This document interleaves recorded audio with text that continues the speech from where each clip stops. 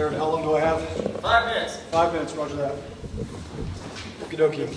Well, good evening, everyone. It's good to see you all. I am Cameron Hamilton. Most of you know who I am, so I don't need to belabor you with all the accolades of my background. I did spend time as a Navy SEAL. I did work at the State Department and at DHS. I want to talk to you a little bit about principle. I want to talk to you about what it is to be a conservative. Our policies and the framers of this country gave us a tremendous opportunity.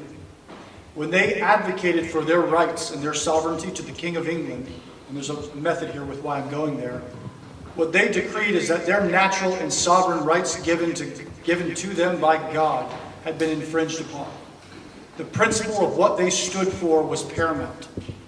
And so they initially questioned the king on his authority to allow a parliamentary government to institute mandates, laws, taxation, you name it, in a manner that was inconsistent to the laws befitting of the average British subject. The rationale here behind these founders was that this was unfit. They were due and entitled their rights and sovereignty as English subjects. And when the king refused to acknowledge it, that's where you see the appeal to heaven flag that emerged. Because their ultimate claim was, if the king will not acknowledge it, we will appeal to the highest power on earth. I'm a husband, I'm a father, I'm a Christian, but the deep, rich history of this nation is absolutely important that we come to grips with. What is it to be a principled conservative? What is it to stand for principle over party? I've been endorsed by some key legislators that I think are very much carrying bills and carrying actions forth that I ideologically agree with. I've had the honor of being endorsed by Rand Paul. Again, I've been a huge fan of his for a long time, especially his father, although his father got a little crazy sometimes. But we do love him. He's pretty good overall. That being said, we have a messaging crisis on our hands with the Republican Party. When you go to Democratic conventions, you go to Democratic meetings, you see youth, you see advocacy, you see engagement, you see motivation, you see a lot of effort because they're out there and they're mobile. And they've captured the hearts and the minds of a lot of their constituents, and it's admirable to see that. They firmly believe in the veracity of their cause. We as principled conservatives have a crisis on our hands because we have deep-rooted societal ills plaguing our people, and we are not there to meet them.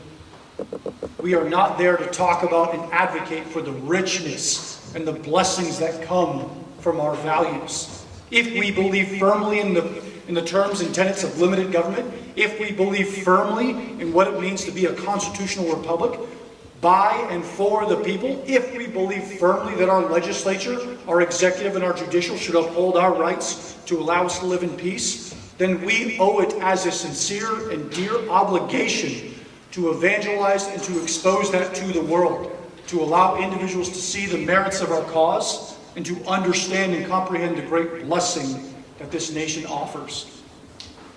One of the key tenets there was the Declaration of Military Accountability that I recently signed online. We have members of the United States Armed Forces that still to this day were prosecuted, their rights were violated, and they were held criminally liable and discharged, losing benefits because they did not adhere to a vaccine mandate. And where was our leadership? Where was our legislature? We rescinded it in one NDAA, but then they forgot it in this most recent one. What's worse, this recent NDAA we just passed, while it funded critical programs in the military, which I support, it offered an extension to the FISA courts, which is known to have violated Americans' constitutional rights 280,000 times. You just saw a CR that passed by Congress. Again, this CR was voted, more Republicans voted against it than voted for it. Why?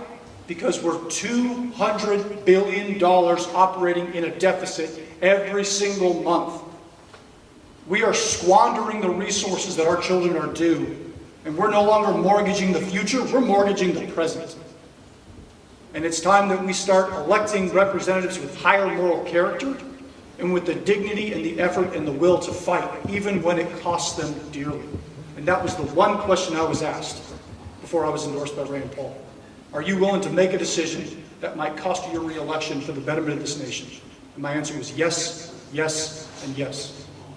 So we've got some swag in the back. If you'd like one, please take one. We've got petitions out here to sign. I recommend you sign all of them, but thank you all for your time. I'm Cameron Hamilton, and I am also running for Congress.